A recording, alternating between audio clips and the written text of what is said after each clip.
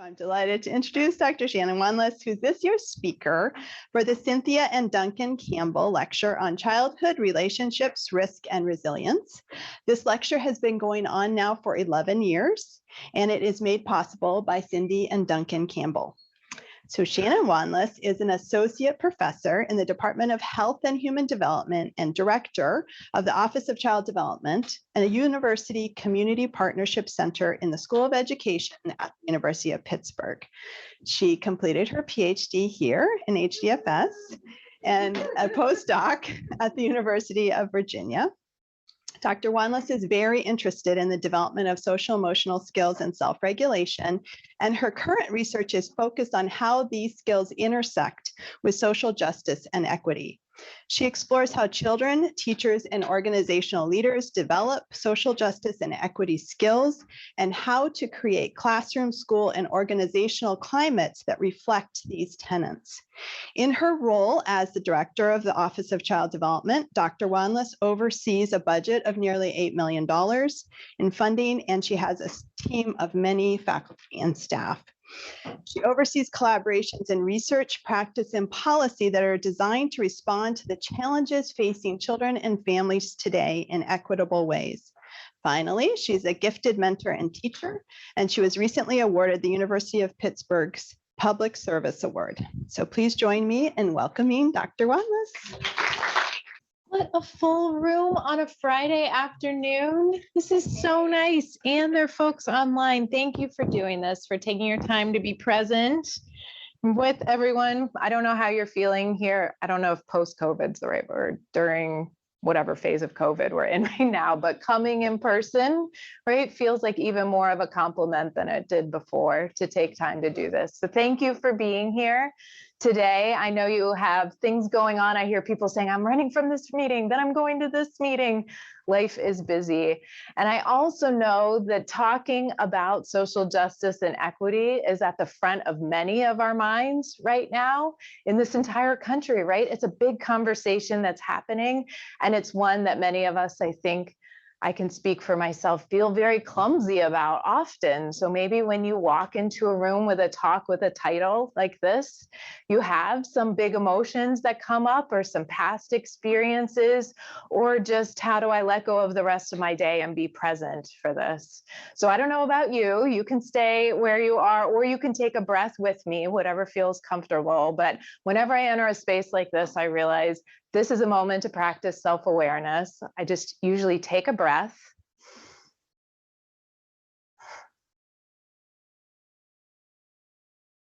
And just try and notice what I'm bringing here. What does it feel like inside? Enter with an opportunity to be curious about myself, about the rest of the folks in the room, and let go of any expectations and be present and ready to get whatever you're meant to get out of this talk today. So who am I? Megan mentioned, should I be using this? That I went to OSU. I get to come back here and be here. I am really not overspeaking when I say my years here were absolutely transformative for me. I was in the right place at the right time with a dream team committee. I just felt like there were so many opportunities to grow. So it's really a gift to be back. So now I am at the University of Pittsburgh. This is my dean, Dean Valerie Kinlock, the Dean of the School of Education at the University of Pittsburgh. And social justice and equity was really not part of my training or something I was thinking I was going to do in my work. I started out focused on child development, children's social emotional skills. And after I left OSU, I went to the University of Virginia, where I shifted a lot toward implementation science. So rather than always being focused on the children, thinking a lot about the adults that care for children. So what is going on to support those adults? What skills are we thinking about that we can offer and facilitate with adults that are supporting children? It was really, on one hand, a big change. And on the other hand, not at all, because if we're going to support children's social emotional health, We need to think about most of the adults that are supporting children have not had social emotional curriculum or a lot of experience with social emotional learning in their background, right? So we enter into this parallel process of learning, both with children and with the adults. And what I noticed with implementation science, I spent a lot of time with Fidelity of Implementation. Do we all know that phrase? Like, is everybody doing the thing the way we said they're supposed to do the thing? The short answer to that entire field is no.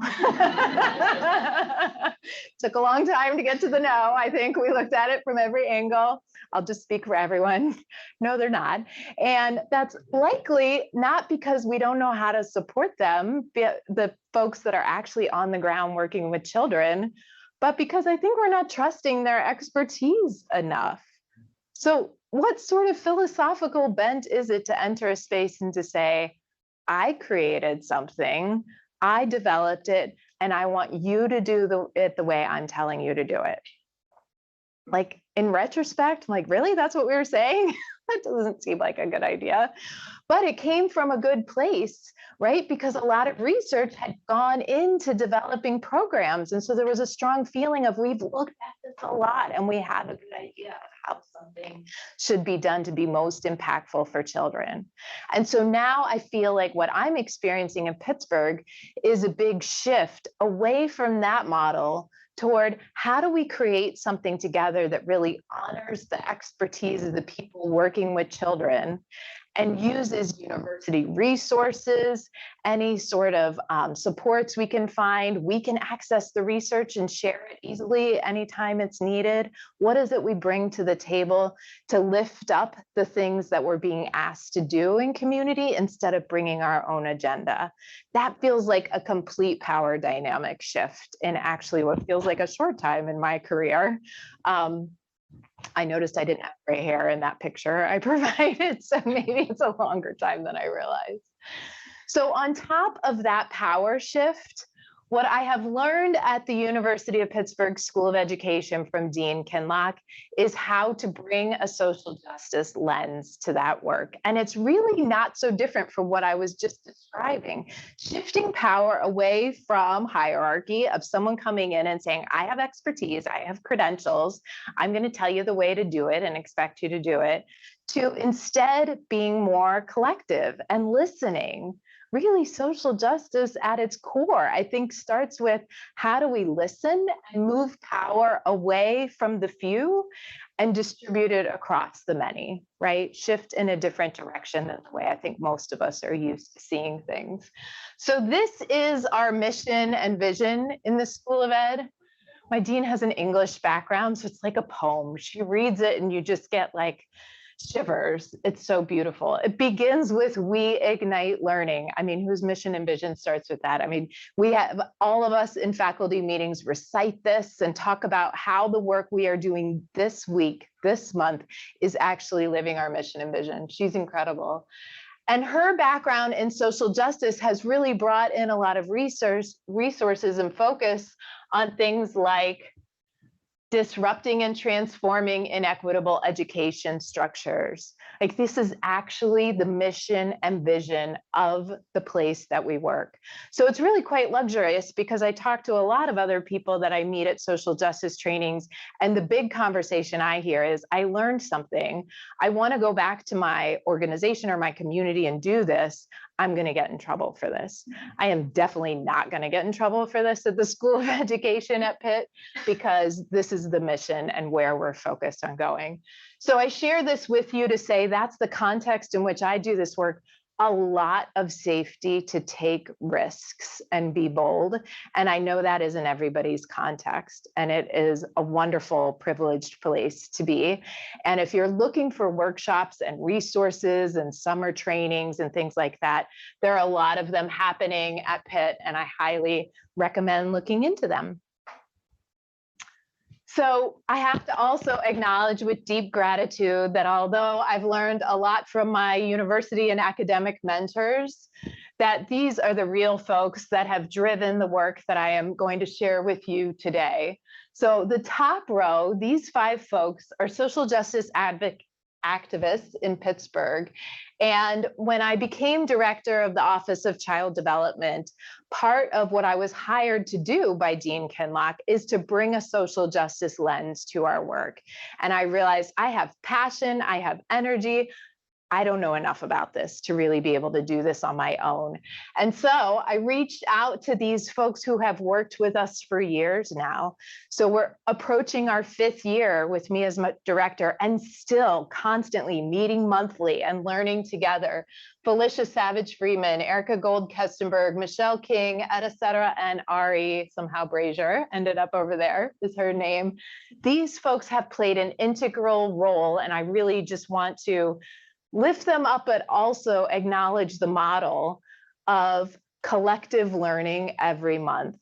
It's a really different thing to be a leader and say, now I need to find people who can bring in the expertise. I think in academia, we have this feeling of, I know what I'm talking about because I was hired and I have the credentials and I'm in charge of all this. But really, these folks know what they're talking about and have met monthly, if not definitely more with us, to be with staff, to be in meetings, to facilitate learning. And so after a 4-year journey with them, I'm so excited and proud to say that last week we just adopted a new mission vision for our center that brings us more in line with Dean Kinloch and the School of Ed and more in line with our social justice thinking. And the reason I'm telling you that is because I just said 4 years of work, right? First day, I was like, let's do this. Let's rewrite this now. Everybody, let's have a meeting and like sit down with a pen and we'll do it. 4 years later, and it was exactly the right timing to do it because it took 4 years of learning together and coming back and making mistakes and developing shared vocabulary and saying, what is it going to take for us to feel like a new mission and vision is authentic and really represents us?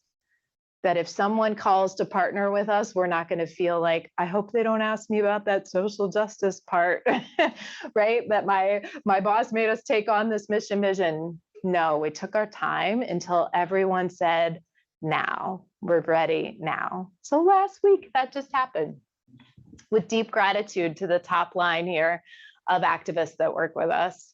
And then the last line, I'll just mention a transformative educational leadership program. This is a program that I was involved with for a year and then stayed with an adjacent group for the next year, met monthly, and they're really focused on developing leaders with a grounding in social justice, social emotional learning, and mindfulness. And so the opportunity to figure out what does leadership look like when it is social justice leadership was something I really needed to see.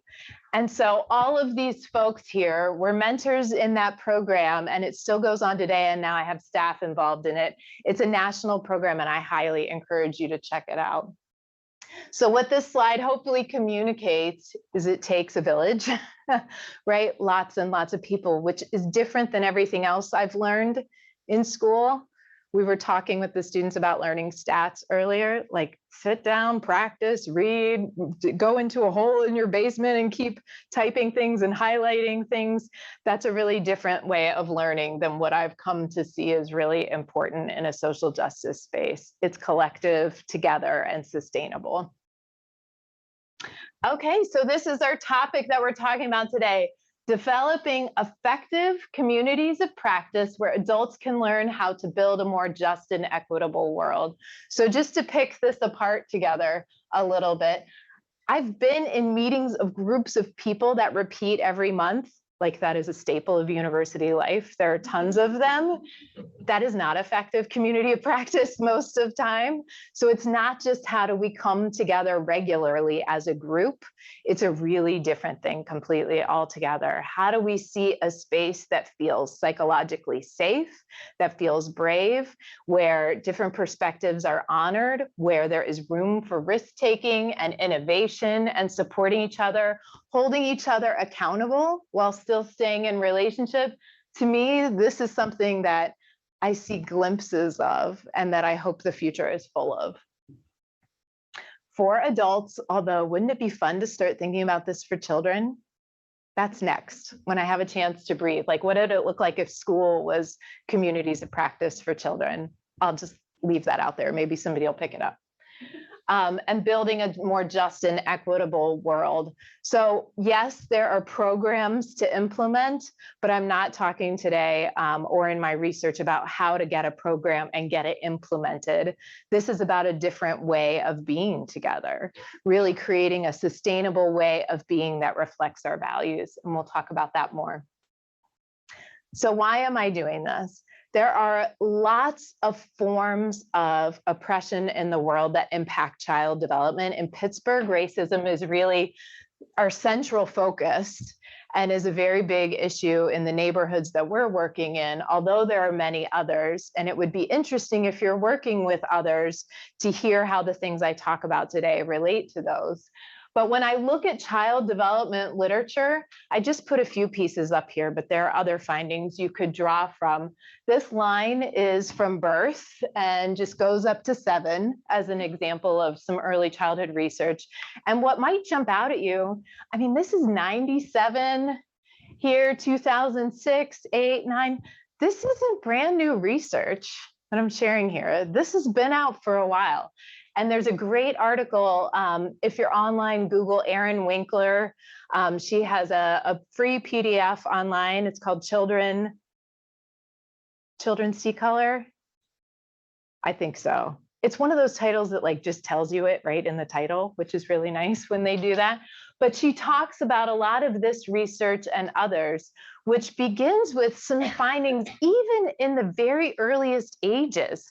7 months here, you notice at 7 months old, children, when they are uncertain who in the room is going to give them the best information about what to expect, they follow the social cues from their own race adults. So an adult that matches their own race. So they're making decisions about who to trust in the room, what adult, based on race, all the way at 7 months old, right? This is unbelievable to me.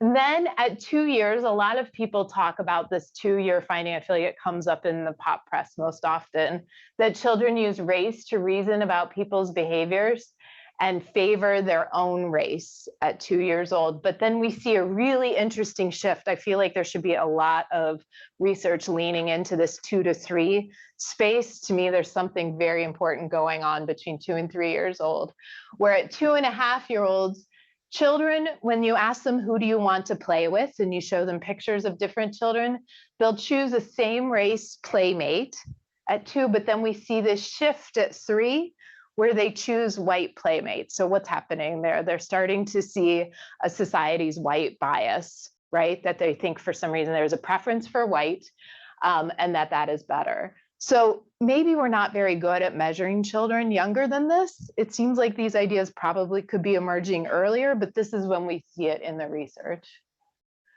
You see research prejudice peaking around 4 or 5 years old, and some really interesting studies about this age, 5 to 7 years old, how you can start to be very impactful with conversations with children about race, even though if you think about 5 and 7-year-olds, or what's happening in a typical kindergarten or first grade class, I'm not seeing that happen there. So if this is an opportunity, a window of opportunity, maybe this is a place we could be taking advantage of it a little more.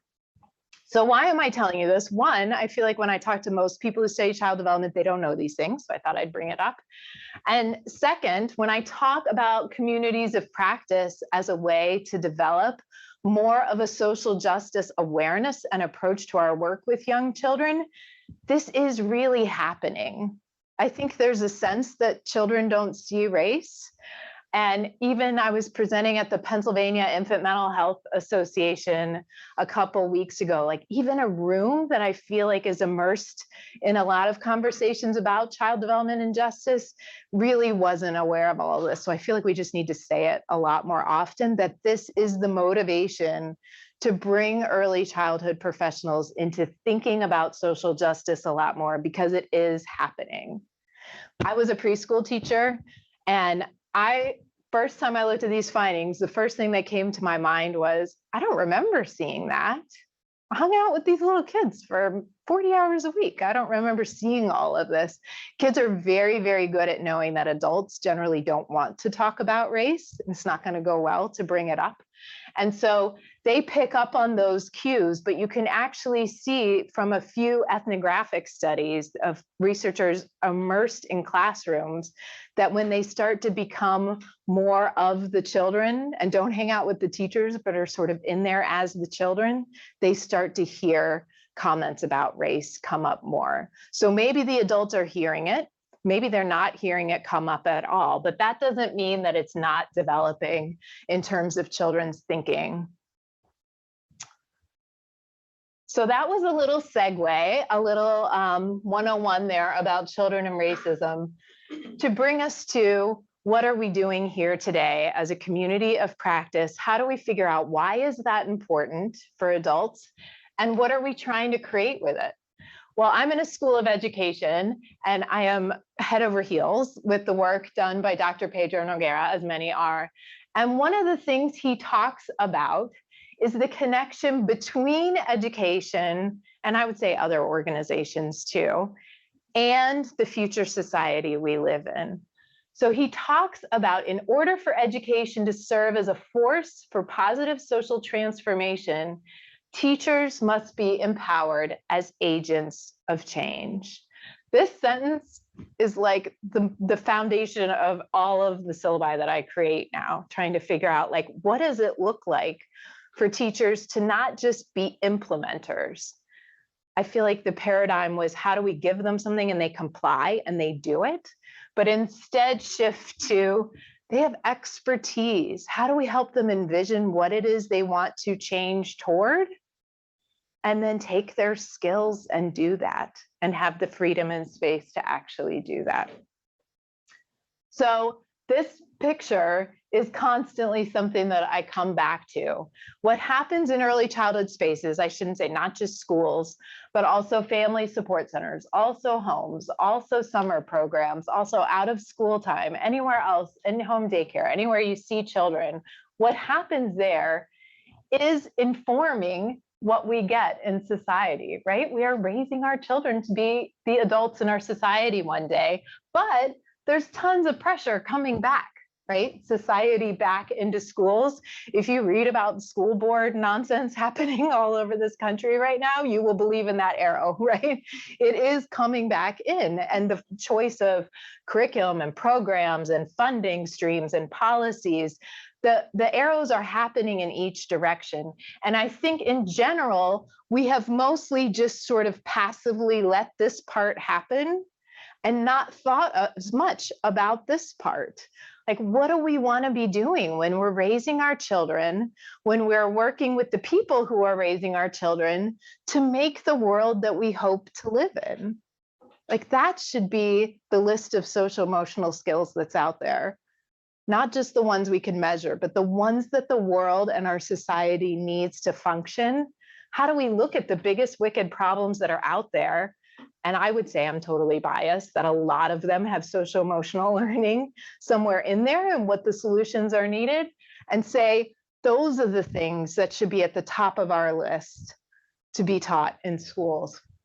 That if that's what we want here, we need to start backtracking and start working on them from the very beginning. I was telling the students that I had a staff member reach out to me and ask if love was a social emotional skill. I just sat there for a minute. She said, I don't see it in the list. The list, you know, there's the list of 5, like there's only 5 social emotional skills. Anyway, she said, I don't see it written down. I don't see a measure for it. I said, yes, it's a social emotional skill. Love is a social emotional skill. And when you're trying to figure out if it is one, and you say, well, there's no program for it, there's no measure for it, there's definitely no funding for it that I can see. I know it's a social emotional skill because when I picture the world that I want to live in, personally, what is that going to look like? How do I imagine it? It is full of unconditional love. we can talk about what critical love looks like. It's not just love, anyone can do anything at any time. We have to hold people accountable, but it is full of love. And so if you're trying to figure out what your social emotional curriculum should look like, and you don't see love in the table of contents, you pick the wrong one, I think. Or you figure out how to take the one you have and bring your values, your community of practices values to it and adapt and make it work, right? So that you can mix what's known from the research, what we do have some evidence from, and what you're seeing is important because of your own expertise and values. So this part about picturing the future, actually, I'm going to say the slide and then I'll go back to that one. I've been really intrigued and motivated by how much trouble I have had picturing the future with folks in trainings. So my class for the last few years, one of my classes where I teach pre-service teachers, we start on the first week with, let's describe the world you want to live in. And then we backtrack in every class for the rest of the term of what are you going to do in your classroom to create that world. And the hardest part of the whole term is describing the world you want to live in. And to me, I'm like, that's the easy part, right? You're just dreaming about what you wish it was like. But it's actually really challenging. I've been thinking about this a ton, and I'll throw that out there in case anyone else wants to pick up a dissertation topic. Like, how do we imagine the future we want to live in?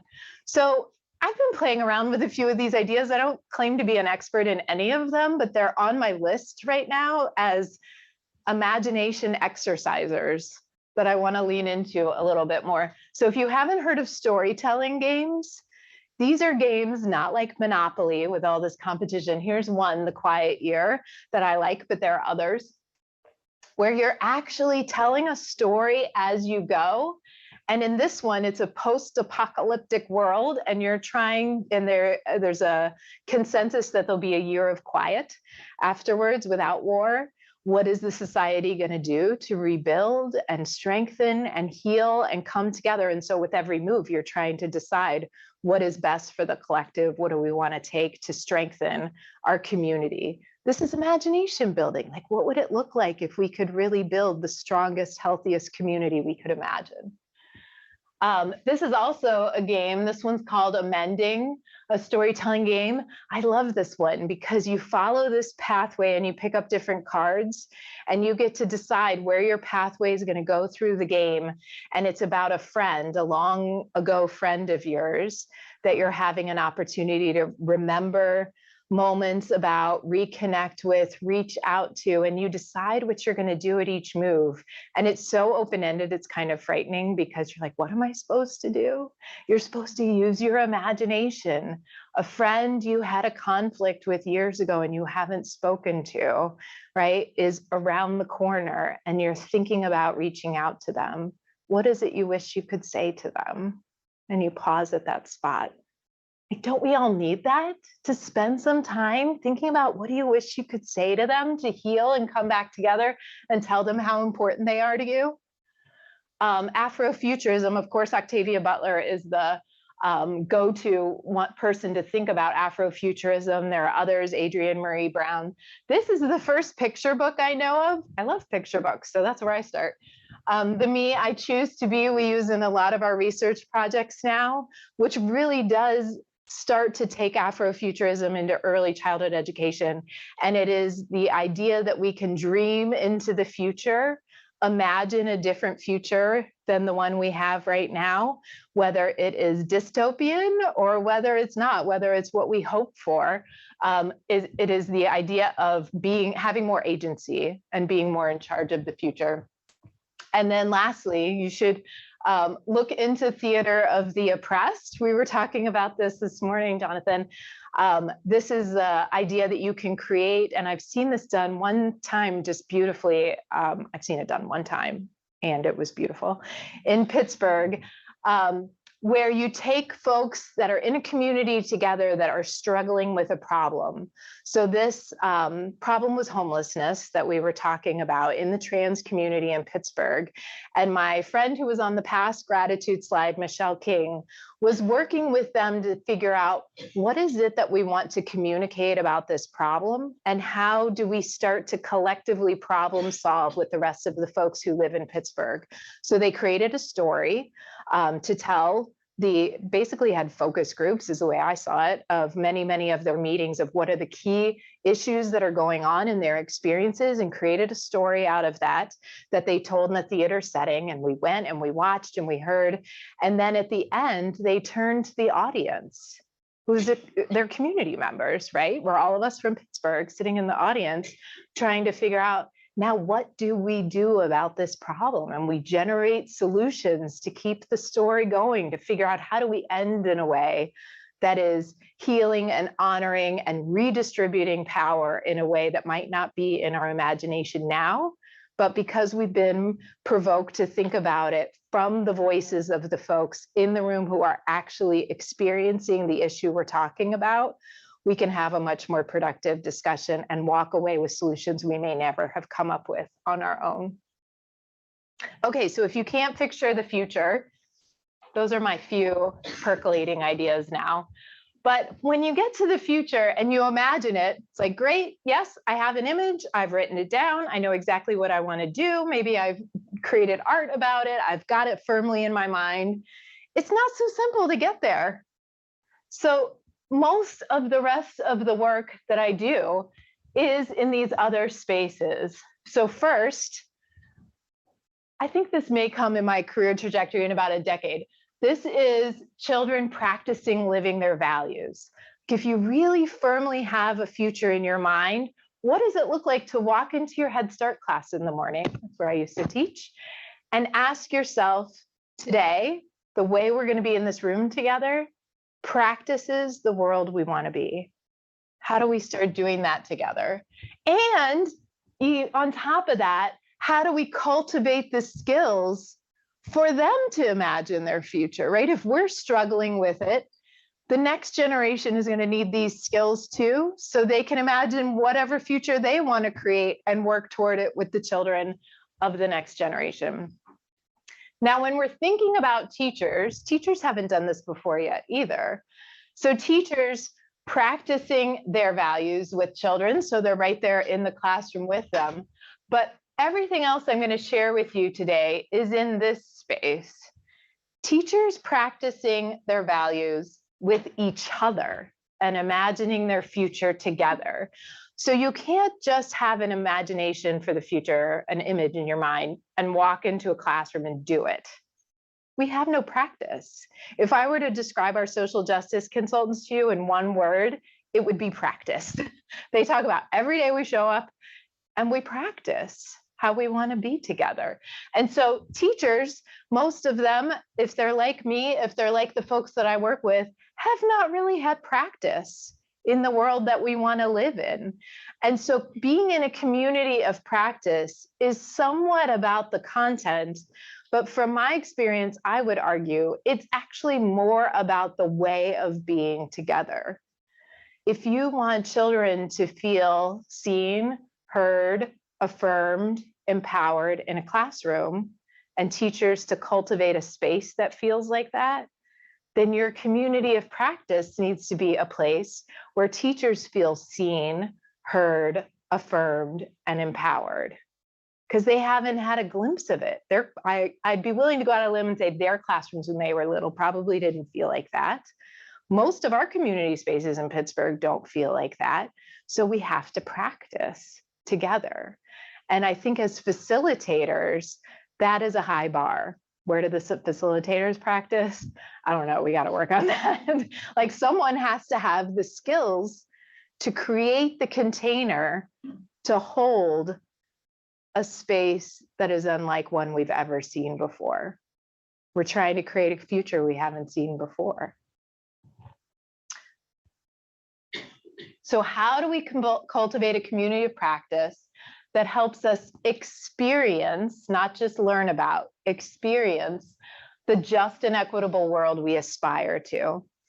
This, I can think of, I was telling Bridget for my annual review, I had to list the number of hours of community as a practice that I've been a part of in the last year, and it was over 100 hours. unbelievable. There's so much of this work going on in Pittsburgh. And when I think about the one that felt the most like me experiencing the world I want to live in the future, I can think of one in particular. One day was the most stressful one to me by a landslide, because we completely veered off the agenda. You know, I'm organized. I've got we're going to do this. We're going to do this. We're going to do this. I know what my outcomes are of the different moments. I've got all my materials gathered. Instead, and this is all Michelle King, if she's listening, oh, I'm so grateful to her. She just kept saying, we're going to trust that being together is exactly what's needed right now. And then my stomach goes in knots, like, what? We're going to trust and not do our plan? Yes, we're going to trust. So we had a group of principals all gathered together. This feels high stakes for me for my job. I want the principals in town to like our center and think we're doing good things and we're prepared and responsible. We didn't do much that we had planned. Instead, we said, what's going on for you in your schools? And we had 3 hours together. We had a meal. We supported each other. We heard people's stories. And it was beautiful. And I'm not going to lie to you, like the whole time I'm thinking, is this the right thing to be doing right now? Because I've never felt that world before, right? It feels so foreign to me and uncomfortable. And I walked away and I thought, I just got a glimpse of what it feels like to be in authentic community with each other. And the principals can go back to their schools and say, I felt it. I mean, they were over the moon afterwards of, I've never been cared for before. Principals get beaten up, let me tell you. They felt cared for and seen and heard and empowered and affirmed. And if that's how they felt, there's an opportunity there for them to realize this really matters. I want my school to feel like this. I've now had a glimpse. I could imagine my school feeling like this. So the thing about creating one of these communities of practice that I think is grounded in love as essential, my students jump to, when I talk about this, to the word nice. They're like, yes, we should all be nice to each other. Of course, we should be nice to each other. However, I can picture a world where everyone's super polite and nice to each other, and privilege and oppression still exist. And if you're not sure you can picture that, like you should really sit down and try and imagine it, because once you see that, you realize, okay, it's not SEL so we can be nice to each other. It's a different kind of SEL. It's an SEL that we haven't quite practiced yet. And Bell Hooks describes it. I think this is such a moving description here. Being part of a loving community does not mean we will not face conflicts, betrayal, negative outcomes from positive actions, or bad things happening to good people.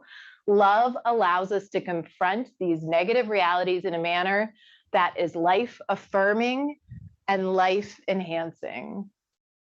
I mean, think about that. So when you run into conflicts with folks, with children, with colleagues, with your co-teachers, with your childcare provider, right? How do we ask ourselves, how do we come to that moment and address it, not ignore it, which I think is standard, at least in my background?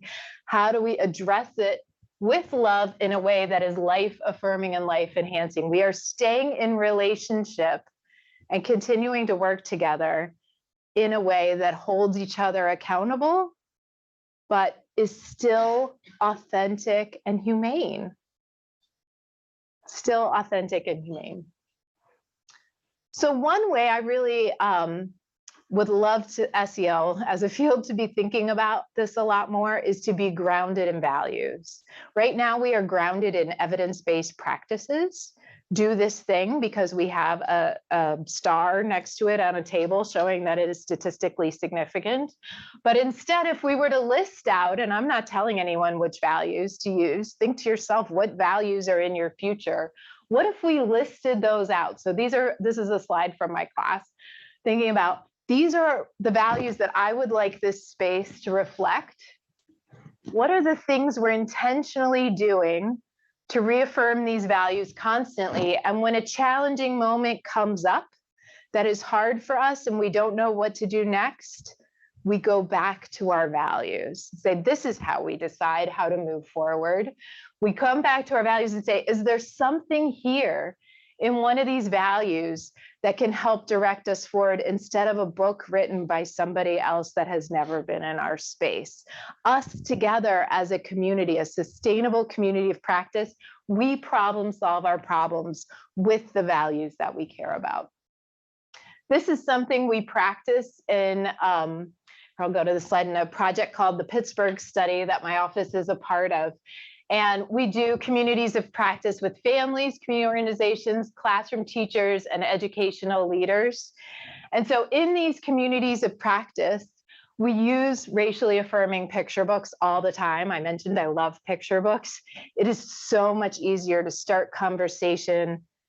If you have teenagers, you know, when you're talking with teenagers and you're driving and you're not looking at each other, right, it is easier to start talking than if you're facing each other at a table, right? Because you've kind of put the attention off of each other. It's the same thing with picture books. You find a picture book that you can put your attention there and say, do you notice anything in this book that jumps out at you that you want to talk about? And all of a sudden questions about race and racism rise to the top the way they wouldn't if you were talking about yourself or your own classroom or experience. So these are my co-authors and partners, Shalegra Moy, Caitlin Spear, Jocelyn Artinger, and Jen Briggs. We've written a chapter trying to think about how do we run in the Pittsburgh study these communities of practice in a way that reflect our values. And I'm happy to share these slides. I won't go into all the details, but really it's just like that blue slide I just showed you from class. Like, what does it look like to take a value and say, how can we build that in intentionally into what we're doing in our community of practice? So there are many of them. And then facilitating it doesn't just take values. What I have noticed watching those social justice mentors that I showed you at the beginning is that it takes incredibly exquisite social emotional learning skills. I'm floored. And I took the 5, even though I make fun of the 5, and listed them here because everybody's familiar with them. But in this chapter that we wrote that hopefully will be out shortly, we talked about what do we see when we watch these expert facilitators enact all these different social justice, social emotional learning skills.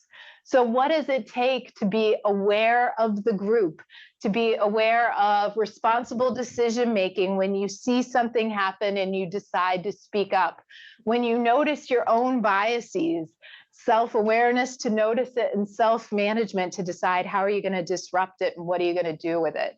These facilitators floor me with how good they are at using a social emotional skill at the right time to either pull a group in or slow down the rhythm or step in and say, I noticed something, I want to talk about it, when everyone else says, I wish we could go past it, right? How can we identify the core content that needs to be grappled with in communities of practice?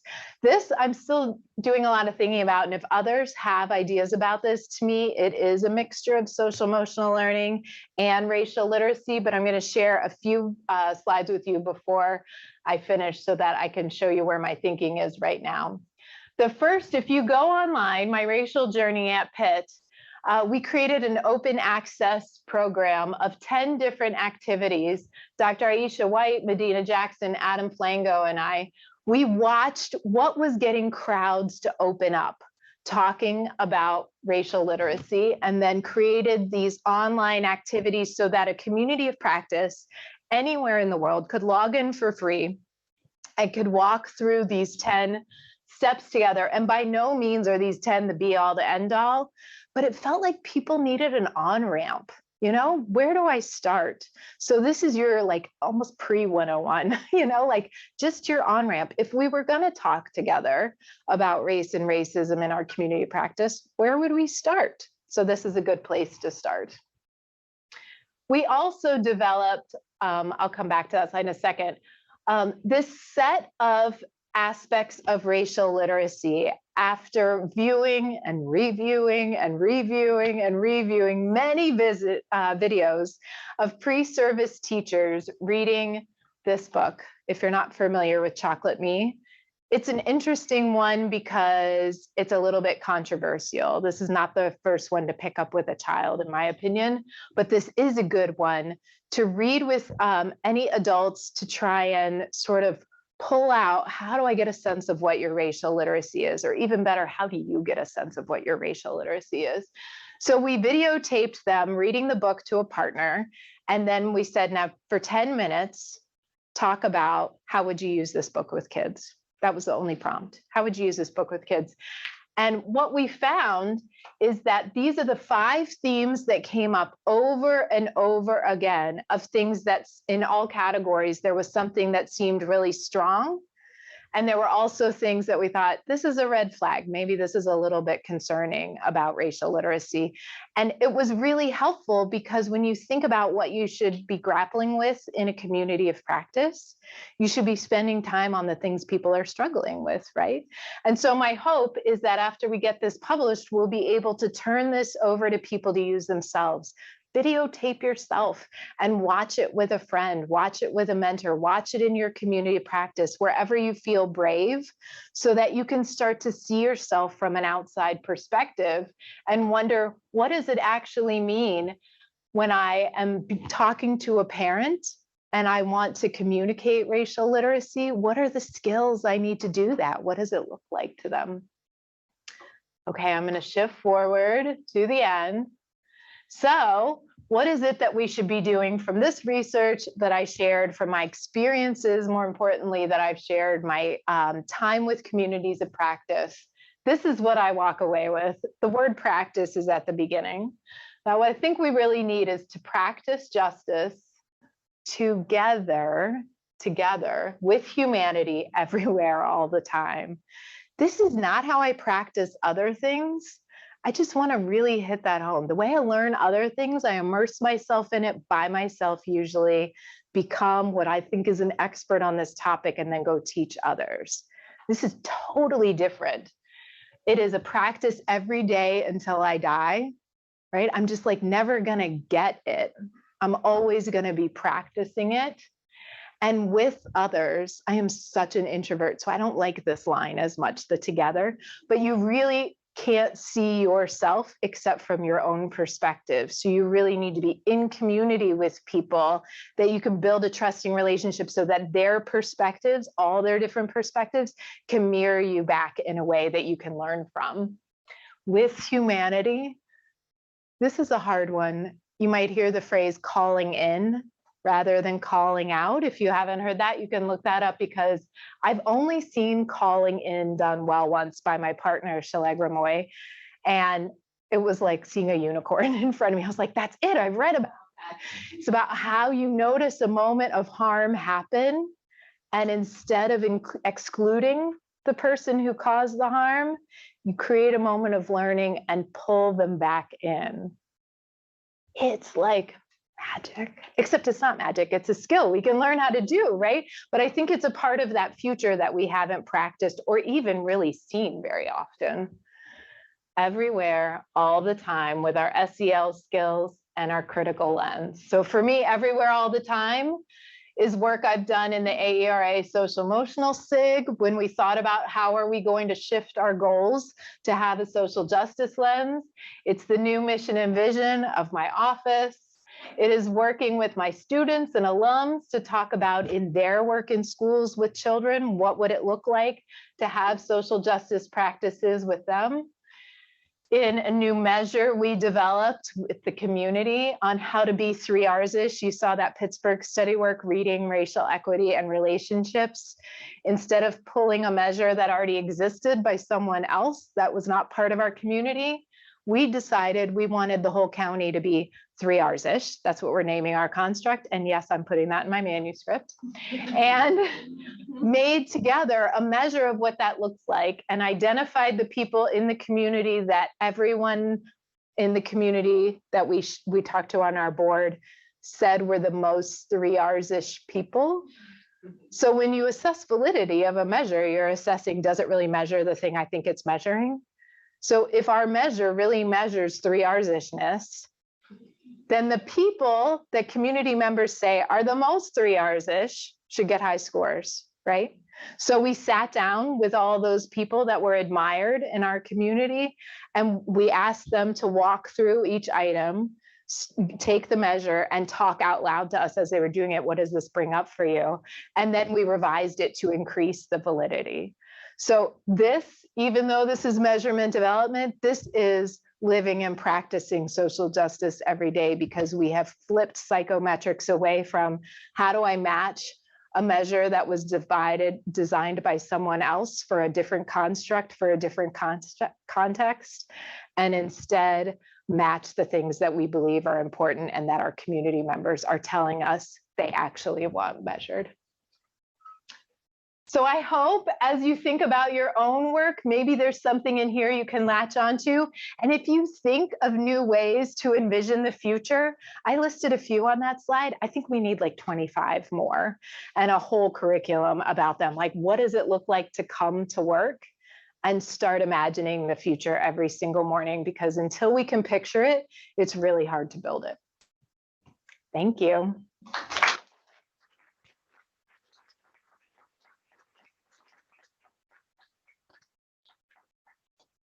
Are we late, or should we take a few questions? Definitely. And if you're on Zoom, you could, I don't know if anyone can hear us, but you can put a question in the Q&A and I can read it out. But yeah.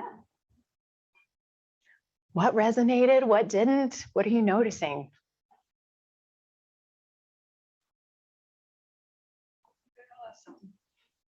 I noticed a couple of days ago, ironically, there was a NIH scientist that came out and said, we're asking our kids the wrong thing. We're asking them, what do they want to be as adults and stuff. We need to be asking them, how do you want to act in your, as an adult? How do you want to contribute? What do you see in your society? Which is right along what you were saying. So I'm just wondering, it seems like these concepts could be used quite broadly. I'm guessing, I know your focus is the early childhood. It feels like it to me, but I hesitate to say that and to talk to others because I am so Pittsburgh focused and so early childhood focused and really so anti-racism focused. Like, that is my narrow slice of the world. So I feel it there, but I would love to learn from others. And I feel like I should get that person's name. Like, who else is trying to do this? And apparently they know how to get grant money. So even better.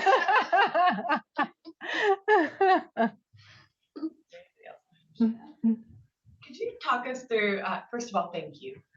This was invigorating and wonderful and inspiring, and I smiled, and thank you for bringing this lens and this work. Thinking about things that, we're also trying to do. Can you talk just a little bit or give an example of how you all got to the values? Like, what activities or what conversations? I mean, I know it's 4 years, right? But like, can you just talk a little bit about what that kind of looked like? Values are a hard thing in my mind collectively, because I never really want to say we should all agree on a set of values, because the beauty is having diversity of values, right? But at the same time, you need some sort of foundation to make decisions. And so I often walk in with this set, which I haven't found to be particularly controversial, and said, let's start here and then keep it an open dialogue to change. And so far, I've only had people add, not say, let's take some away. And we've also operationalized them in community agreements, which I also have mixed feelings about, because sometimes they can kind of hijack a space, and then it feels like you can't even have a real conversation because someone's saying, you're violating, my community agreement number 5 by saying this. So that feels like it's no longer serving the space. It's stopping dialogue from happening. But at least it gives you something to go back to and say, I'm wondering if we still need this agreement. I'm wondering if this value feels like it still fits our group. So to me, it's not really finding the right ones. It's like, just get a few on paper and then make it the practice to constantly go back and say, what's our group thinking today? And here's the real challenge, like how to be willing to have 2 values or 2 agreements that maybe contradict each other. I mean, to me, this is where society needs to evolve. Like, how can we hold 2 things at once that don't necessarily tell the same truth. That's a challenge. Boy, that makes people feel uncomfortable, especially undergrads. I know I'm being recorded, but they want like, what is the answer? What is the thing? I'm like, well, How do I get an A? when I look at this, point of view, I see it this way. And when I look from this perspective, I see it this way. What if we didn't have to agree on which one's right? What if we had to figure out how to hold both at the same time and still keep working together? Yeah. More thoughts? I would love it if you could elaborate a little more on the principals meeting in which you threw your agenda away and just trusted. Like, what happened in that meeting? We were just together. So, I mean, and it's good to be transparent. Like, I'm doing this now. I hear there's a lot that we want to talk about. So I've got my piece of paper with my times, 15 minutes for this, 15 minutes for this. I'm going to put this aside and let's be present together for a while and see how it goes. And then just keep checking in. Is there anything else anyone wishes, to bring into this space? And I did say a number of times, like, this is a new way of being for me. This feels uncomfortable and feels so important. But it's like, it felt like how I wish it felt to sit around with family or my neighbors, or, be there and talk and support each other. But it takes a facilitator that can figure out who's not speaking. And this is where the social emotional skills come in. Who needs to be, drawn in, or maybe they don't need to be drawn in. Maybe they're okay just being here listening. Who's not speaking because they're checked out, and who's not speaking because they know their role right now is as a listener. It was like a community. It was the most supportive community gathering I've seen, and principals are so overscheduled. I think they thought it was magical too, to do something different, to just hold each other's concerns and offer support. Was that a group that had been meeting together for a while? We had been on Zoom for 2 years, monthly. And then when we had this in-person meeting, I think the chance of being in person was the moment of like just a shift of all of a sudden the Zoom adds some formality, like, how do I take that out and let's just be together? And the food helps, right? People relax their guard when you have food together. And they had a lot that they needed to talk about and ask each other about. So it's not like there's no content. You don't always have to bring content. They have, like, their lives are the content. And so to be there and just like let that be the thing that you'll talk about takes a leap of faith, because it's kind of scary as a facilitator to say, I'm not bringing content today. Maybe you just kind of have it in your back pocket in case of emergency. Yeah, so I think, thank you very much. I think one of the reasons maybe we're quiet is, my goodness, there was so much good material that you shared with us, and very creative ideas. I've been sitting here thinking about all the ways which they connect with some of the work that I have done with extension. And if I could go back to some of the stuff you talked about earlier in this talk, you really talked about the difference between outreach and engagement. And that is something that certainly within the extension system we have struggled with. That in the past, we have been a system that takes the information and the science from the university and gives it out to the community because we are the experts.